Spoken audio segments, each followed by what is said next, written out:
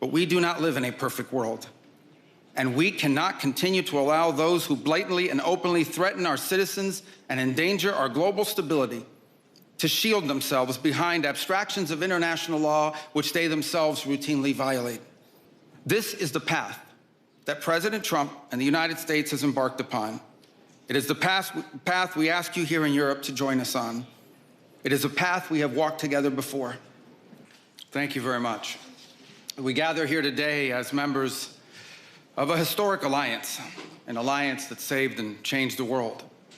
You know, when this conference began in 1963, it was in a nation, actually it was on a continent, that was divided against itself. The line between communism and freedom ran through the heart of Germany. The first barbed fences of the Berlin Wall had gone up just 2 years prior. And just months before that first conference, before our predecessors first met here in Munich, the Cuban Missile Crisis had brought the world to the brink of nuclear destruction.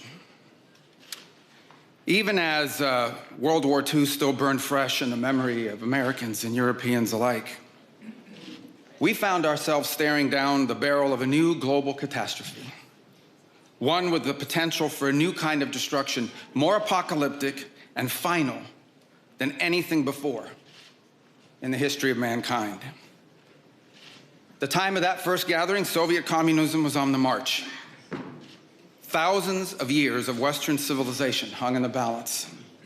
At that time, victory was far from certain.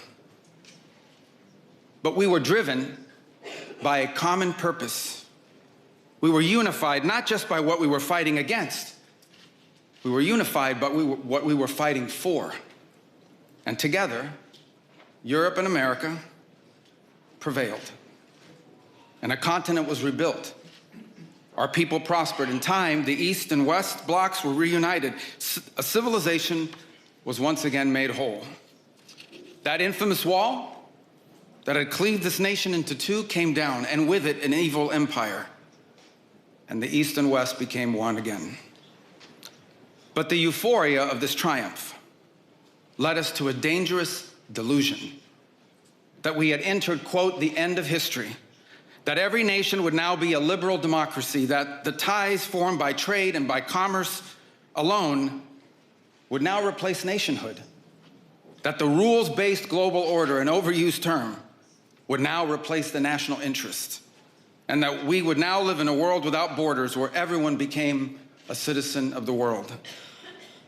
This was a foolish idea that ignored both human nature and it ignored the lessons of over 5,000 years of recorded human history. And it has cost us dearly. In this delusion, we embraced a dogmatic vision of free and unfettered trade, even as some nations protected their economies and subsidized their companies to systematically undercut ours, shuttering our plants, resulting in large parts of our societies being deindustrialized, shipping millions of working and middle-class jobs overseas, and handing control of our critical supply chains to both adversaries and rivals. We increasingly outsourced our sovereignty to international institutions while many nations invested in massive welfare states at the cost of maintaining the ability to defend themselves. This, even as other countries have invested in the most rapid military buildup in all of human history and have not hesitated to use hard power to pursue their own interests. To appease a climate cult, we have imposed energy policies on ourselves that are impoverishing our people, even as our competitors exploit oil and coal and natural gas and anything else, not just to power their economies, but to use as leverage against our own.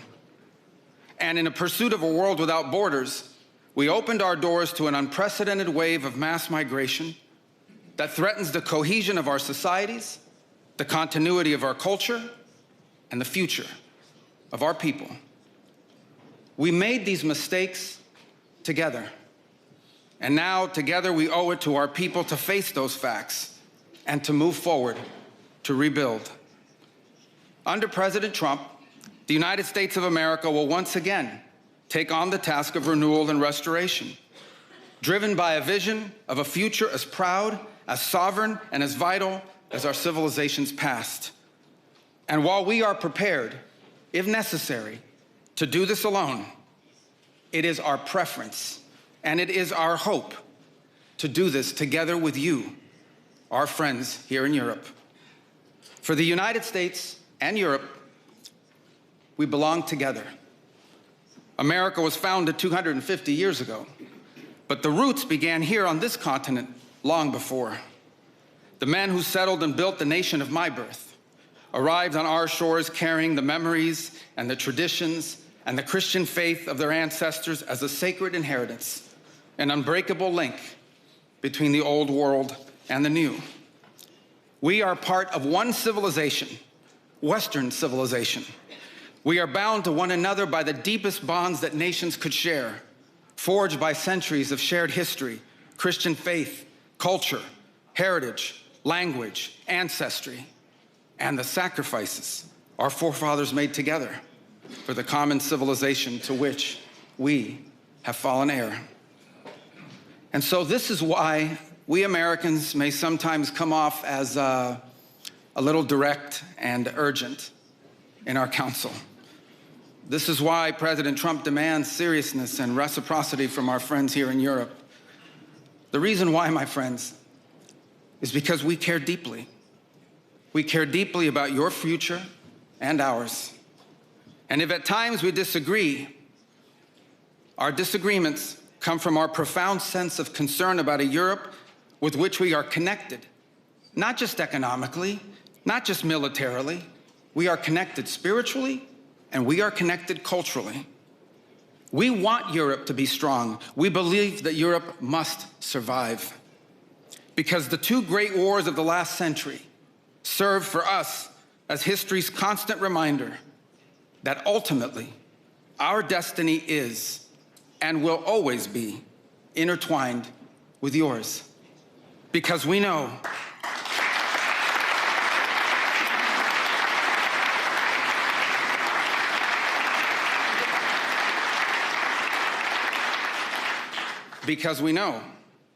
that the fate of Europe will never be irrelevant to our own.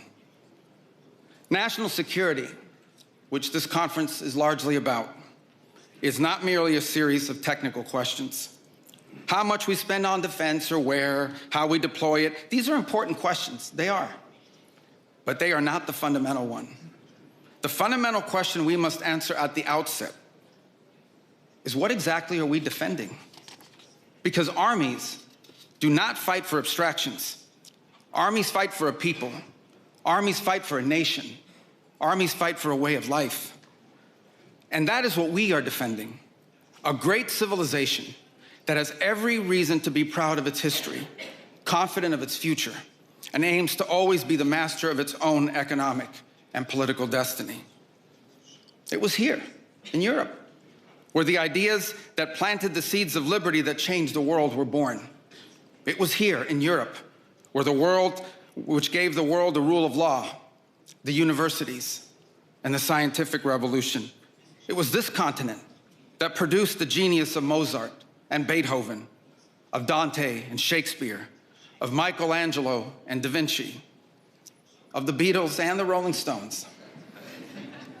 And this is the place where the vaulted ceilings of the Sistine Chapel and the towering spires of the great cathedral in Cologne, they testify not just to the greatness of our past or to a faith in God that inspired these marvels. They foreshadow the wonders that await us in our future. But only if we are unapologetic in our heritage and proud of this common inheritance can we together begin the work of envisioning and shaping our economic and our political future. Deindustrialization was not inevitable. It was a conscious policy choice, a decades-long economic undertaking that stripped our nations of their wealth, of their productive capacity, and of their independence. And the loss of our supply chain sovereignty was not a function of a prosperous and healthy system of global trade. It was foolish. It was a foolish but voluntary transformation of our economy that left us dependent on others for our needs and dangerously vulnerable to crisis. Mass migration is not, was not, some fringe concern of little consequence. It was and continues to be a crisis which is transforming and destabilizing societies all across the West. Together, we can reindustrialize our economies and rebuild our capacity to defend our people. But the work of this new alliance should not be focused just on military cooperation and reclaiming the industries of the past. It should also be focused on together advancing our mutual interests in new frontiers, unshackling our ingenuity, our creativity, and the dynamic spirit to build a new Western century. Commercial space travel and cutting-edge artificial intelligence, industrial automation and flex manufacturing, creating a Western supply chain for critical minerals not vulnerable to extortion from other powers, and a unified effort to compete for market share in the economies of the global South. Together, we can not only take back control of our own industries and supply chains, we can prosper in the areas that will define the 21st century. But we must also gain control of our national borders. Controlling who and how many people enter our countries, this is not an expression of xenophobia. It is not hate. It is a fundamental act of national sovereignty. And the failure to do so is not just an abdication of one of our most basic duties owed to our people. It is an urgent threat to the fabric of our societies and the survival of our civilization itself. And finally, we can no longer place the so-called global order above the vital interests of our people and our nations. We do not need to abandon the system of international cooperation we authored, and we don't need to dismantle the global institutions of the old order that together we built. But these must be reformed. These must be rebuilt. For example, the United Nations still has tremendous potential to be a tool for good in the world. But we cannot ignore that today, on the most pressing matters before us, it has no answers and has played virtually no role. It could not solve the war in Gaza. Instead, it was American leadership that freed captives from barbarians and brought about a fragile truce. It has not solved the war in Ukraine. It took American leadership in partnership with many of the countries here today just to bring the two sides to the table in search of a still elusive peace. It was powerless to constrain the nuclear program of radical Shia clerics in Tehran. That required 14 bombs dropped with precision from American B-2 bombers. And it was unable to address the threat to our security from a narco-terrorist dictator in Venezuela. Instead, it took American special forces to bring this fugitive to justice. In a perfect world, all of these problems and more would be solved by diplomats and strongly worded resolutions. But we do not live in a perfect world. And we cannot continue to allow those who blatantly and openly threaten our citizens and endanger our global stability to shield themselves behind abstractions of international law which they themselves routinely violate. This is the path that President Trump and the United States has embarked upon. It is the path we ask you here in Europe to join us on. It is a path we have walked together before and hope to walk together again. For 5 centuries, before the end of the Second World War, the West had been expanding. Its missionaries, its pilgrims, its soldiers, its explorers pouring out from its shores to cross oceans, settle new continents, build vast empires extending out across the globe. But in 1945, for the first time since the age of Columbus, it was contracting. Europe was in ruins. Half of it lived behind an iron curtain, and the rest looked like it would soon follow. The great Western empires had entered into terminal decline, accelerated by godless communist revolutions and by anti-colonial uprisings that would transform the world and drape the red hammer and sickle across vast swaths of the map in the years to come. Against that backdrop, then as now, many came to believe that the West's age of dominance had come to an end, and that our future was destined to be a faint and feeble echo of our past. But together, our predecessors recognized that decline was a choice, and it was a choice they refused to make. This is what we did together once before. And this is what President Trump and the United States want to do again now, together with you. And this is why we do not want our allies to be weak, because that makes us weaker. We want allies who can defend themselves so that no adversary will ever be tempted to test our collective strength. This is why we do not want our allies to be shackled by guilt and shame. We want allies who are proud of their culture and of their heritage, who understand that we are heirs to the same great and noble civilization, and who together with us are willing and able to defend it. And this is why we do not want allies to rationalize the broken status quo rather than reckon with what is necessary to fix it. For we in America have no interest in being polite and orderly caretakers of the West's managed decline. We do not seek to separate, but to revitalize an old friendship and renew the greatest civilization in human history. What we want is a reinvigorated alliance that recognizes that what has ailed our societies is not just a set of bad policies, but a malaise of hopelessness and complacency. An alliance is the alliance that we want is one that is not paralyzed into inaction by fear. Fear of climate change, fear of war, fear of technology. Instead, we want an alliance that boldly races into the future. And the only fear we have is the fear of the shame of not leaving our nations prouder, stronger, and wealthier for our children. An alliance ready to defend our people, to safeguard our interests, and to preserve the freedom of action that allows us to shape our own destiny. Not one that exists to operate a global welfare state and atone for the purported sins of past generations. An alliance that does not allow its power to be outsourced, constrained, or subordinated to systems beyond its control. One that does not depend on others for the critical necessities of its national life. And one that does not maintain the polite pretense that our way of life is just one among many, and that asks for permission before it acts.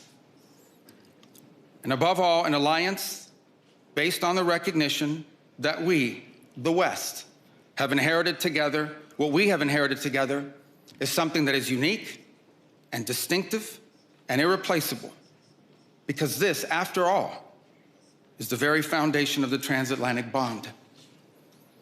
Acting together in this way, we will not just help recover a sane foreign policy.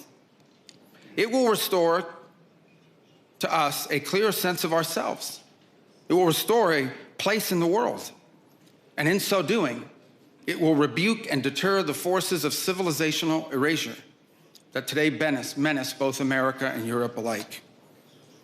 So in a time of headlines heralding the end of the transatlantic era, let it be known and clear to all that this is neither our goal nor our wish. Because for us Americans, our home may be in the Western Hemisphere, but we will always be a child of Europe.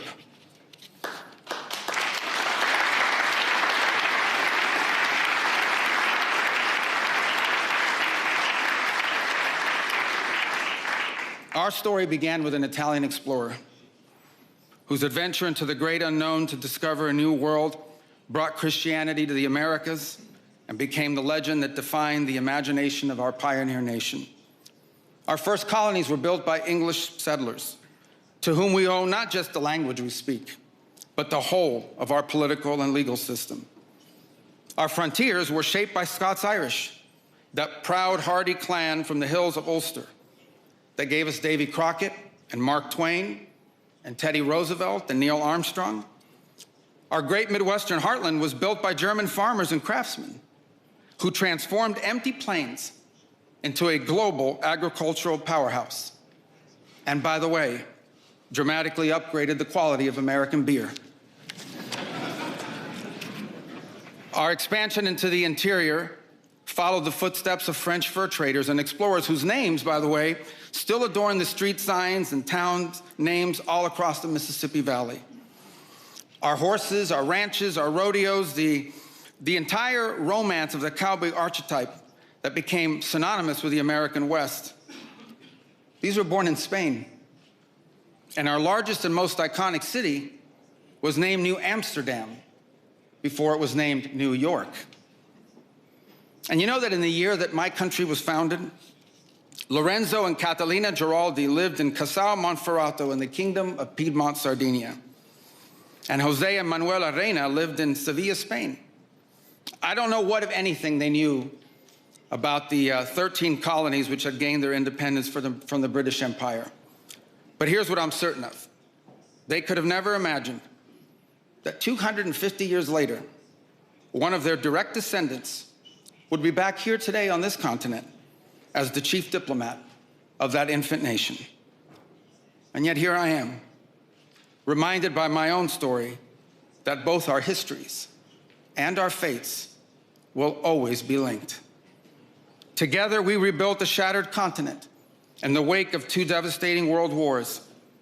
When we found ourselves divided once again by the Iron Curtain, the Free West linked arms with the courageous dissidents struggling against tyranny in the East to defeat Soviet communism. We have fought against each other, then reconciled, then fought, then reconciled again. And we have bled and died side by side on battlefields from Kapyong to Kandahar. And I'm here today to leave it clear that America is charting the path for a new century of prosperity, and that once again, we want to do it together with you, our cherished allies and our oldest friends.